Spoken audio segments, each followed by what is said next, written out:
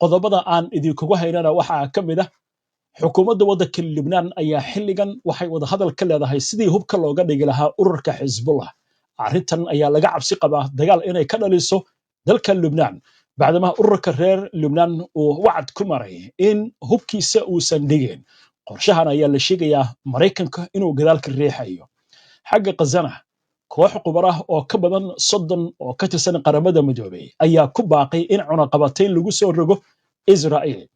Militariga Israa'iil waxay dhankooda sii wadaan duqeymaha dadka rayidka ah ee Mareyka Gaza. Xaalad adag ayaa lagu soo warramayaa inay ka taagan tahay Gaza. Dhinaca kale Netanyahu ayaa waxa uu wadaa qorshe ballaaran oo ku aadan sidii dagaalka loo xoojin lahaa iyadoo xilligan kulan ay leeyihiin golaha wasiirada ee Israa'iil. Waxaa laga hadlayaa qorshaha qabsiga Mareyka Gaza haddii ay suurtagelayso iyo sidoo kale dhaqaalaha ku bixi kara hawshaasi. Ruushka waxaa la sheegayaa inaysan u muuqan in uu u dabcayo hanjabaadaha ka imaanaya Donald Trump ee la xiriira dagaalka in la joojiyo iyadoo waqtiga uu qabsaday Trumpna ay ka dhiman tahay 3 maalmood oo qura.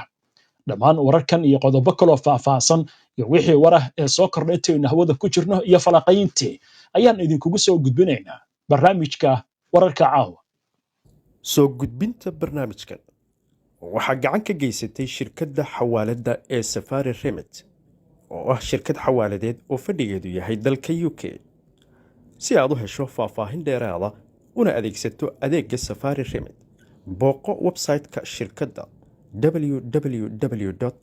www.safariremit.com. haddii aad ubadkaaga aqoon sare la jeclaatid halkaad aadi lahayd iyo kana waa American International High School ee ilmaha haatan u geyso oo aqoonta Kamal. American International High School farciisa Nairobi waxa uu kugu bishaaraynayaa inuu ku hayo waxbarasho heer caalami ah oo aad qaadanayso shahaado la aqoonsan yahay isla markaana casharrada lagu bixinayo nidaamka waxbarashada Mareykanka. haddii aad ka soo guurtay qurbaha ama aad la doonayso waxbarasho tayo wanaagsan carruurtaada, American International High School waxa uu ku diyaariyay waxbarashada dugsiga sare. waxa uu iskuulkan wada shaqayn la leeyahay hay'adaha waxbarashada Mareykanka. iskuulku waxa uu ku yaalaa xaafadda Westland ee magaalada Nairobi. wixii faahfaahin kala xiriir telefoonada iyo shashada kaaga muuqda.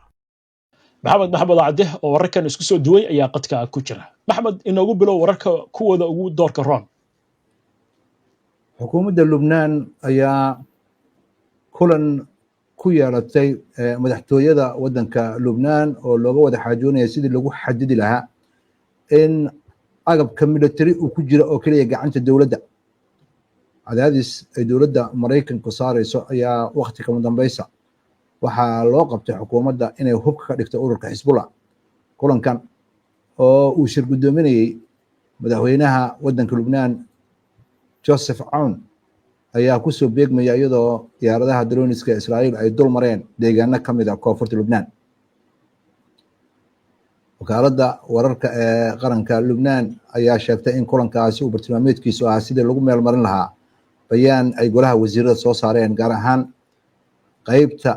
ka hadlaysa in dowladda keligeed ay tahay cidda mas-uuliyadda waddanka uu ka saaran yahay iyo dhulka iyo ciidamada. ajendaha waxaa sidoo kale la sheegay in ay qayb ka tahay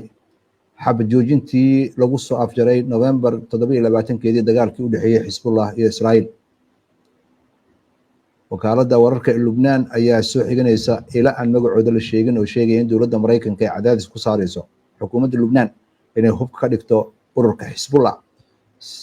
una qabatay waqti kama dambaysa.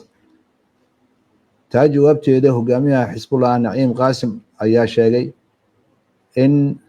lagu baaqo in ururka Xisbullah uu hubka iska dhigo inay u adeegayso oo geliya danaha Israa'iil. wuxuuna ku eedeynayaa ergeyga gaarka ah ee waddanka Mareykanka Tom Bragg in uu u hanjabayo xukuumadda Lubnaan. khabiiro gaaraya 35 oo ka tirsan qaramada midoobay iyo ergeyga gaarka ah ee u qaabilsan arrimaha xuquuqda aadanaha Francesca Albanese ayaa ugu baaqaysa beesha caalamka in ay cunaqabatayn xagga hubka ku soo rogaan Israa'iil, isla markaasna la kala diro hay-adda bini'aadanimada ka shaqeysa ee Gaza ka howlgasha sida bayaanka lagu sheegay ay soo saareen xafiiska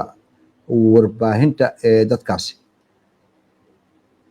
dowladda Mareykanka iyo Israa'iil sanduuqa iyo gargaarka ay lacagta ku bixiyaan ayaa carqalad ku keenaysa arrimaha bini'aadanimada, waxaana loo isticmaalayaa bini'aadanimada howlo military iyo cadaadis siyaasadeed. bayaanka ayaa lagu xusay, waxaana intaa lagu daray in ciidamada Israa'iil iyo ciidamo qandaraasyo la soo siiyey oo ajnabi ah in ay wadaan inay si kala soc la'aana dadka gargaarka raadinaya ay xabada ugu furaan. 26 Falastiiniyiin ah ayaa ku dhintay weeraro kala duwan oo Israa'iil ku qaaday meelo kala duwan oo marinka Gaza ka mid ah. 14 ka mid ah waxaa lagu dilay meelo ku yaala bartamaha iyo koonfurta marinka Gaza oo raashin lagu qeybinayay. dadka gurmadka degdega ka shaqeeya afhayeen u hadlay oo la yiraahdo Maxamuud Basal ayaa sheegay in 7 ka mid ah dadka dhintay laga helay deegaanka tiin la yiraahdo ee ku dhow xarunta cunnada lagu qeybinayo ee koonfurta galbeed ee Khan Yunis. qof kalena waxa uu ku dhintay Shaqoosh oo ku dhow xarun kale oo cunnada lagu qeybinayo ku dhow waqooyiga galbeed ee Rafah. meel kale oo cunnada lagu qeybinayo oo la yiraahdo Waadi al-Ghaza ee ku taala bartamaha Gaza ayaa sidoo kale waxaa ku dhintay 6 qof. dadka dhintay ayaa lagu sheegay in kulligood ay 6 yihiin, 22 kalena ay ku dhaawacmeen xabadaha ay Israa'iiliyiinta ku fureen dadkaasi samafalka raadinayay. madaxweynaha waddanka Masar Cabdilfataax al-Siisi ayaa ku nuuxnuuxsaday in dagaalka marinka Gaza uunan ahayn dagaal lagu gaarayo hadaf siyaasadeed ama maxaabiis lagu furanayo, ee uu noqday mid baahi loo dilayo dadka marinka Gaza ku nool iyo gumaad iyo sidii looga takhalusi lahaa qadiyadda Falastiiniyiinta. wuxuuna tilmaamay dowladda Masar irid uma noqon doonto lagu barakayo dadka Falastiiniyiinta ah ee dhulkooda ku sugan. wargeyska Israa'iil Yom la yiraahdo oo soo xiganaya askari Israa'iili ah ayaa sheegaya in dhaqaalaha ku bixi doonta in marinka Gaza ay Israa'iil maareyso ayaa golaha wasiirada ka wada xaajoonayaan, waxaana sida laga soo xiganayo wargeyska aragtiyada la soo bandhigay waxaa la qiyaasayaa lacagta militariga uga baxaysa inay marinka Gaza maamulaan lagu qiyaasay inta u dhaxaysa 3 bilyan ku dhawaad ilaa iyo 5 bilyan iyo 800 milyan. waxaa daboolka laga qaaday in ra'iisul wasaaraha Israa'iil Benjamin Netanyahu uunan ku casumin kulankaasi Ben-Gvir oo ah wasiirka amniga qaranka iyo wasiirka maaliyadda Smotrich, waxaana wadaxaajoodkaasi loo qabanayaa tallaabooyinka xiga ee marinka Gaza laga qaadayo. mucaaradka Israa'iil ninka hogaamiyaha waa Yair Lapid la yiraahdo ayaa isagana sheegay in uu taageerayo abaanduulaha ciidamada qalabka sida ee Israa'iil Eyal Zamir, wuxuuna sheegayaa in weerar lagu qaaday ninkaas inay tahay fulinimo xaqiiqada ka fog, waxyeelana ay u geysanayso ciidamada oo ku jira dagaal. warbaahinta rasmiga ee Israa'iil ayaa ku waramaysa in koox la magac baxday hooyooyinka safka hore wiilasha ku jira ayaa sheegay inay aad u careysan yihiin walwal weynna qabaan caruurtooda inay ku dhimanayaan marinka Gaza, iyadoo caruurta kuwa marinka Gaza ku sheegaya in dagaalka lagu kordhiyana sida Smotrich iyo Ben-Gvir caruurtoodana ay marinka Gaza joogin marka laga gudbo inay ku baaqayaan in dagaalka la dardar-geliyo. urur kale oo Israa'iiliyiintu leeyihiin oo la yiraahdo aamusnaanta hala joojiya ayaa soo saaray bayaan, waxayna leeyihiin Netanyahu ayaa waxa uu horseed ka yahay in dib loo qabsado ama xoog loo qabsado marinka Gaza. maxaabiista ayaa noqon doonta kuwa qiimo weyn ay ugu fariisato qorshayaasha militariga ka howlgalaya deegaanadaasi. meelaha ay maxaabiista lagu hayo ayaa macnaheedu wuxuu yahay in maxaabiista dil doogasha lagu xukumay. askarta ayaa waxaa la gelinayaa dagaal iyo kumanyaal dad rayida oo marinka Gaza ku dhimanaya. waxaasoo dhan waxa ay ku sheegeen waa waali, waxaana waajiba in la joojiyo. wargeyska Britain ka soo baxay The Times la yiraahdo ayaa soo xiganaya ila ku dhow xukuumadda Britain oo sheegaya in diyaaradaha wax basaase ee waddanka Britain in ay weli ku howlan yihiin inay dul maraan marinka Gaza ayagoo gacan siinaya sidii ay maxaabiista Israa'iil ku heli lahayd. wararka caalamkana waxaa ka mid ah madaxweynaha Ruushka Vladimir Putin ayaanan laga yaabin inuu ka jawaabo waqtiga kama dambaysta ee madaxweynaha Mareykanka uu u qabtay wadanka Ruushka ee lagu soo afjarayo dagaalka ka dhanka Ukraine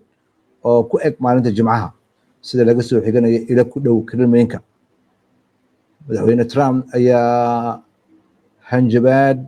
jeediyey uu leeyahay cunaqabatayn 100% ah ayaan ku soo rogayaa dalalka ka gata Ruushka saliida haddii Ruushka uu diido inuu xabajoojin yeelo. si kastoo ay tahay madaxweynaha wadanka Ruushka Putin ayaa weli waxaa ka go'an in uu la wareego dhammaan gobolada wadanka Ukraine oo ay ka mid yihiin Donetsk, Luhansk, Zaporizhzhia iyo Kherson. dhulkaas oo Ruushka uu sheegto inuu yahay dhulkiisa horena uu qarmiyay inta uunan gelin wadaxaajood dhab ah. ilaha ayaa waxay sheegayaan Putin waxa uu aaminsan yahay Ruushka in hadda ciidankiisa ay horumar weyn sameynayaan. intaana waxa dheer in dowladda Mareykanka ay cadaadis ku saarayso isla markaasna xadidan cunaqabataynta ka dhanka wadanka Ruushka oo la leeyahay sanado badan ayay cunaqabatayn saarneed. si kastoo ay tahay wararka soo baxaya Trump ergeygiisa gaarka ah Steve Witkoff ayaa la filayaa inuu magaalada Moscow tago toddobaadkan isagoo isku daygii ugu dambeeyey ee lagu gaari lahaa heshiis ka hor inta aanan la qaban waqtiga kama dambaysta uunan dhammaanin ee madaxweyne Trump uu qabtay maalinta Jimcaha. waa tahay maxamed waa mahadsan tahay daawadayaashuna way mahadsan yihiin mar kale ayaan soo dhaweynaynaa waxaan u gudbaynaa daawadayaal falaqayntii iyo wixii warah ee degdega ah ee soo kordha laakiin aynu ku hakanno qadar xayeysiina ku soo dhowow xarunta Al-Hidayah Academy aan step ahead tushin haddii horay iyo haddeerba carruur alle kuu hibeeyo tacliin waa lama huraan aqoonta hidaaya kaalay hibada xifdiga iyo quraanka hal haysta rabiyada fiican aqoontoon kala haraynba ileen mahuraanba weeye u kaalay hidaaya kaaba xarunta Al-Hidayah Academy aan step ahead tushin ee magaalada London waxay bixisaa adeeg waxbarasho dhammaystiran oo loogu talagalay carruurta dhalinyarada iyo dadka waaweynba xifdinta quraanka iyo dhisidda akhlaaqda suuban iyo xiisadaha maadiga ahba sida tuushinka ilmaha iyo koorsooyin Ingiriisha oo dadka waaweyna waa ku diyaar haddaba fasalladu way xadidan yihiin xaruntu waxay ku taallaa xaafadda Harleston ee waqooyiga galbeed ee magaalada London kala xiriir telefoonada iyo baraha bulshada shaashada kaaga muuqda. ma ogtahay in hilibka yaalla suuqyada dalalka Khaliijka, Yurub iyo Mareykanka aad ka helayso magaalada Muqdisho? Somali Meat Company ku dooro hilib nadiif ah oo lagu qalay kawaan nadiif ah iyadoo la hubiyey badqabka caafimaadka xoolaha. Hadda dalbo hilib geel, lo ama ari adigoo ka heli kara xarumaha Somali Meat Company ku leedahay gobolka Banaadir ama wac nambarka ku muuqda. soo dhawaada mar kale daawadayaal wali waxaad la socotaan barnaamijkii wararka caawa hagaag xagga Ruushka iyo xiisada ka dhexaloosan Mareykanka iyo Ruushka oo imaan doona laakiin arintan Gaza aynu ku bilowno maxamed qaramada midoobay 34 xubnood oo khabiir ah oo Francesca Albanese ay hogaaminayso ayaa warkan soo saaray ilaa iyo intii dagaalkan uu socdayna sidan ayaa loo soo saaray in loo baahan yahay in cunaqabatayn la saaro Israa'iil laakiin hub dheeraad ayaa lagu sii daldalayaa dhagaha laga fureysanaya marka baaqan Soomaalihiisu ma ahan timirtii hore dib loo waa. su'aashaas waa su'aal xasaasi ah. hay-adda qaramada midoobay howlaheeda ayay wadataa gabadhan arrimaha xuquuqda aadanaha Falastiiniyiinta qaabilsan Mareykanka laftirkiisa ayaa cunaqabatayn ku soo rogay dal badana xataa in shaqada laga eriyo iyada iyo howlwadanada kale oo samafalayaasha ah kuwa qaramada midoobay kaliya maaha kuwa kale ee Yurub jooga oo wadamada kala duwan ah dowladahooda waa u sheegeen waxa ay ku howlan yihiin inay tahay dambi ka dhan ah xuquuqda Falastiiniyiinta dambi dagaal wadanka Mareykankana dhowr goor ayaa lagu eedeeyay inuu dagaalka qayb ka yahay haddana waxaa muuqata ciddii hubka iibisa Israa'iil inay qayb ka tahay dagaalkana uma muuqdo sida khabiirada hadalku u dhigayaan in Israa'iil iyo Mareykanka sida rabaan inuu ku soo dhamaanayo waxaa muuqata dagaalkan inuu noqonayo mid la isku riiqdo oo taariikhda gala waxaana cad in kulamada hadda ay yeelanayaan maamulka Israa'iiliyiintu ay yeelanayaan ay tahay sidii ay ku ballaarin lahayn dagaalka oo dad hor leh oo shacab ku leyn lahayn wararka soo baxaya dhan waxay tilmaamayaan inayna awood u lahayn inay laayaan waxaan shacab ahayn dadka dagaalamaya dagaalka xeero dagaal ayay ku jiraan ayagaa gacan sarreeya markay noqoto laakiin hadda wararka soo baxaya oo nafka raadinaya waxa weeye khaarijin siyaasadeed iyo wax la halmaala iyo in cunaqabatayntan la iidmaalo tan kale oo ayada aan meesha ka maqnayn waxa weeye wararka soo baxaya ay tilmaamayaan wadamo carbeed ayaa bahashan ku daaban oo raba xamaas in laga takhaluso si aanan loogu dayan oon xukuumadooda loo ridin waa gartay waa yahay arrinkaas soo hadal qaaday oo ku saabsan khaarijinta barnaamij baynu ka samaynay daawadeel barnaamijkaasna caawa ayuu soo geli doonaa haddii alla idmo waa barnaamijka falaqaynta xog dheeraad ah ayaan idinkugu soo gudbinaynaa gaar ahaan wadamada ay joogaan hogaamiyaasha ururka xamaas ee Israa'iil ay liis garaysay sida uu sheegayo wargeys arrimaha bariga dhexe aad ula socda marka macluumaadkaas ayaan idin soo gudbin doonaa caawa waa yahay dhinaca kale aynu ka eegno maxamed lubnaan aynu eegno hadda waxaa hadlaya intaynu barnaamijka ku jirno naciim qaasim wuxuu yiri waxa la yiraahdo hubbaan dhiibaynaa wareejinaynaa ma jirto waxaana soo baxaya warar sheegay abaabul inay wadaan ururka banaanbaxay ayaa ka dhacay magaalada Beirut lagu taageerayay Xisbullah ma la oran karaa qorshahan Mareykanku uu wado gaar ahaan Thomas Brack ergeyga Mareykanka ee wadanka Suuriya iyo safiirka Turkiga ee wadanka Mareykanka u fadhiya ma la oran karaa arrinkaasi dagaal sokeeye ayuu dib u soo celin karaa wadanka Lubnaan dagaal sokeeye hadduu wadanka ku soo noqdo Lubnaan waxaa mas'uuliyaddeeda qaadanaya ninka hadda meesha madaxweynaha ka ah Joseph Aoun sababaha keenayana waxa weeye siday khabiirada hadal ku dhigayaan ma aniga hadalkayga sida khabiirada hadal ku dhigayaan waa nin u dhagan nugul Mareykanka ninka la yiraahdo Tom Brack taariikh ahaan dadkiisa waxay ka soo jeedaan Lubnaan in dawlad tacbaana oo aan tabar lahayn lagu qasbo in ay isku daydo inay hubka ka dhigto mid kamida ururada ugu xoog badan bariga dhexe oo dawladaha ka xoog badan ayaa waxay muujinaysaa in la rabo in la mareego in dagaal sokeeyo oo lagu hagashto tan kale oo ayadana la xusaya ayaa waxay tahay Xisbullah waxa ay ku adkaysanaysaa oo Sheikh Naciim uu sheegayaa ayada oo aan baarlamaanka la geenin oo aan la isku raacin tallaabo la qaadi karo ma jirto haddii ay dhacdo in dagaal sokeeyo oo halkaasi ka bilowdo yaa la dagaalamaya ururka Xisbullah daqiiqado kooban ayay ku burburin kartaa dhammaan xafiisyada dawladda mana rabto inay burburiso mana burburinayso laakiin Mareykanka iyo Israa'iil ayaa waxay rabaan maadaama aan Xisbullah dagaal la geli kareynin in dhexdooda in ay ka abuuranto oo fursad ay helaan sida hadalka loo dhigayo laakiin waxaa muuqata Xisbullah waxaasi ma ka tanaasuleyso mana soconayso waqtiga kama dambaysta qarsoodiga oo Mareykanku qabtana waxa laga yaabaa inuu fashilmi doono waa hagaag way dhankan aynu eegno maxamed xagga ruushka digniin buu soo saaray jasiiradan yartahay ku dhow Jarmalka iyo colaad in laga abuuro halkaasi arrintii shalay ilaa xalay wararkayga waxaa ku jirtay in uu ka baxay heshiiskii xakamaynta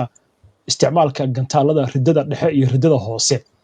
calaamadahan maxay muujinayaan saddex maalmood waana ka dhiman waqtigii Trump uu qabtay ruushka dagaalka degdeg inuu ku joojiyo haddana warkeena waxaa ku jirta in Putin waxaas uu soo dabcayn Kaliningrad waxa weeye dhul oo ruushka ka qabsaday Jarmalka dagaalkii labaad ee adduunka waxa ay ku taallaa badda Baltigada loo yaqaano waa meel yar oo kooban oo magaalo ah oo wadiiqo yar ayaa waxay ku xirtaa wadanka la yiraahdo Belarus mid ka mid ah generaalada Mareykanka oo hadlayay oo la fuguraya arrimahan ayaa waxa uu yiri waxa jira qorshe lagu hanjabayo in lala wareego goobtan yarta Kaliningrad la yiraahdo haddii arrintaasi dhacdo ayuu wuxuu darasayaa in laga yaabo in indhala'aan lagu galo dagaalkii saddexaad ee adduunka tan kale oo ayadana soo baxaysa ayaa waxay tahay ruushka in uu wado dholotus iyo in uu diyaarsaday dhammaan agabkiisa military duqayntii ka dhanka ahayd Ukraine uu dardargeliyay oo saacadihii lasoo dhaafay duqaynta ku dhacday Ukraine waxa la yiri wax la arkay iyo wax la maqla maaha waxaana muuqata in uunan waxba ka maqlaynin Putin wararka ka soo baxaya madaxweynaha Mareykanka iyo Mareykanku wuxuu dimacsan yahay waxaana muuqata arrintan sida khabiirada hadalku dhigayaan dhanka Mareykanka in Mareykanku inta uunan waqtiga dhamaanin isku dayayo inuu ergeyga gaarka ah ee Mareykanka Steve Witkoff loo diro Ruushka waxa ka soo bixi doona ma naqaano mana hor dhacayno laakiin waxay muujinaysaa libiqsiga labada dhinac cidii hor libiqsan doonta waxa weeye cidda rabta inay wada hadal bilowdo booqashadan uu ku tagayo ninkaasi waxa uu la kulmi doona anaga ma naqaano laakiin si dhow ayaan la soconaynaa waxayna muujinaysaa in arrintu ay mar ka dambaysa ay soo kululaanayso waqtiga markuu soo dhawaadaba waxaan xusuusanaa dagaalka 12 maalmood ee Iran lagu qaaday in hadda ka hor madaxweynaha Mareykanka 2 bilood u qabtay wadanka Iran labadii bilood maalintii ugu dambeysay markay dhamaatay maalintii 61aad ayaa Israa'iil weerar gaadma ah ku qaaday Iran waxayna ka horna waxaa la kariyay in hay'adda Patriot nuclearka ee qaramada midoobay IAEA inay shir intay yeeshaan lagu eedeeyo Iran in ay u hoggaansan weysay heshiiskii ay hore u saxiixday waqtigan hadda hadduu dhaco maalinta Jimcaha cid walba waxay isweydiinaysaa oo indhaha lagu hayaa Mareykanku muxuu samayn doonaa ilaha qaar ayaa waxay leeyihiin waxa uu rabaa cunaqabatayn aad u ballaaran inuu ku soo rogo wadamada Brazil iyo India iyo Shiinaha oo gata saliidda ugu badan ee wadanka Ruushka uu soo saaro waliba Shiinaha ayaa waxa leeyahay saliidda ugu badan gata saliidda labaadna waxa gata wadanka Hindiya labadaba uma muuqdaan inay wax ka maqlayaan Mareykanka Mareykanku wuxuu la yaabay Hindiya oo weligeeda leeyahay sida khabiirada Mareykanka hadalka u dhigayaan nugulaan jirtay sida ay hadda u soo jeesatay oo leedahay danaheena ayaa wax walba ka horeeya saliid raqiisa inta si mataqaanaa inta wadanka aan ka iibsanin inta iska dhaafno saliid qaali aniga ma gadanayno cid noo yeerin kartana ma jirto cid aan saliid ka gadanayno cid aan saliid ka gadanayn wadanka Brazil madaxweynaheedana Lulana si buuxda ayuu sheegay in xiriirka ganacsi ee labada dal ka dhaxeeya in Brazil alaabta u iibgeyso Mareykanka iyo Brazil alaabta ee Mareykanka ka soo dhoofsato Mareykanka ka soo dhoofsato ay badan tahay hadii uu qasaare imaanayana cidii ganacsi weyn haysata ayaa qasaaraysa ganacsiga ugu weyn ee Brazil waxay leedahay wadanka Shiinaha oo lagu sheegay inuu yahay midka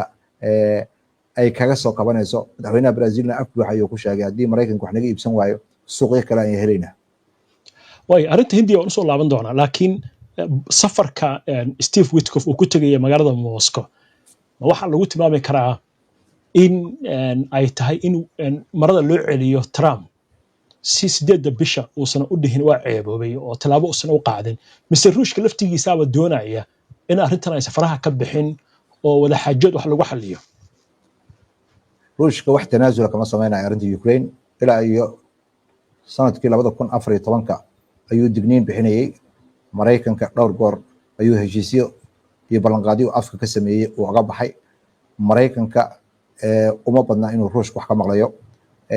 Steve Witkoff booqashadan uu tagayo waxa laga yaabaa in ay tahay isku day ah in xaaladda ayna faraha ka bixin oo ay dagaal noqon sababtoo ah Ruushka qaabku u dhaqmayo iyo sida uu abaabulkiisii u wado ayaa waxa leeyahay dhaqaaq dagaal waa leeyahay waxa laga yaabaa arintaas inay walwal weyn abuurtay waa gartay Mareykanka waxa lagu eedeeyaa haddii cid isqabtaan ama Hindiya kale ka soo qaad dhig adeeg ay samayso in cidda iska soo horjeedaan markaasi uu taageero marka ma iman karta in Pakistan la taageero si markaa Hindiya lagu cadaadiyo inay ka laabato inay soo iibsato shidaalka Ruushka siyaasaddaas kale ma isticmaali karaa Mareykanku khabiirada Mareykanka sida hadalka u dhigayaan Mareykanka waxa uu fahmi lahayaa adduunka inuu isbedelayo inay wadamo badan awood weyn soo baxeen oo ay kamid yihiin Ruushka Shiinaha Hindiya Iran Pakistan laftirkeeda xiriir wanaagsan ayay la leedahay wadanka Shiinaha maalin markii uu dagaal ka dhacay diyaarada ay hore uga iibsatay Mareykanku waa u diiday inay dagaalka u isticmaasho oo heshiisyadii ay la galeen ayay ku qornayd waxa weeye Mareykanka saaxiibo cusub sida ku kasbada waa adag tahay saaxiibadii horena mid ayay qandigiisa uga dhacayaan waayahay maxamed aad baad u mahadsan tahay daawadayaashuna mahadsiin inta ayaan kusoo gabagabeynaynaa barnaamijka wararka caawa daawada si aad ula socoto wararkan iyo barnaamijyadan iyo macluumaadka aynu soo gudbino haddii aad ka cusub tahay baraheena bulshada ama horay aadan ugu xirnayn hadda kusoo biir aynu barnaamijka xiga insha allah inta ka horeysa nabadgeli ku soo dhowow qaari online qurba joogta dadkaygow barashadii qur-aanka iyo qalinkii aqoonta oo online lagu qorsheeyo qadka haatan laga helo waa qaari online qabso oo hadalkaygu waa qaari noqo oo qur-aanka ku baro online waa ubadkoo qurba jooga qadka iyo internetka casharadaha ka qaateene u kaalaya qaari online qaari online waxa uu diyaar idinla yahay barashada maadooyinka qur-aanka kariimka higaadda iyo asaasiyaadka diinta islaamka iyadoo ardaygu uu helayo hal wiig oo tijaabo ah inta uusan arday si rasmiya uga noqon xarunta taasoo ah waxyaabaha ay gaarka la yihiin macallimiintu waa khuburo macallinka ugu yarna waxa uu leeyahay 5 sano oo khibrada waalidka ubadku u dhigtaan isagana free wuu ku baran karaa haddii uu u baahan yahay iyaduna waa fursad kale oo waalidku uu ka helayo qaari online haddaba si aad uga faa'iidaysato casharada qaari online la xiriir ciwaanada iyo telefoonnada shaashadda kaaga muuqda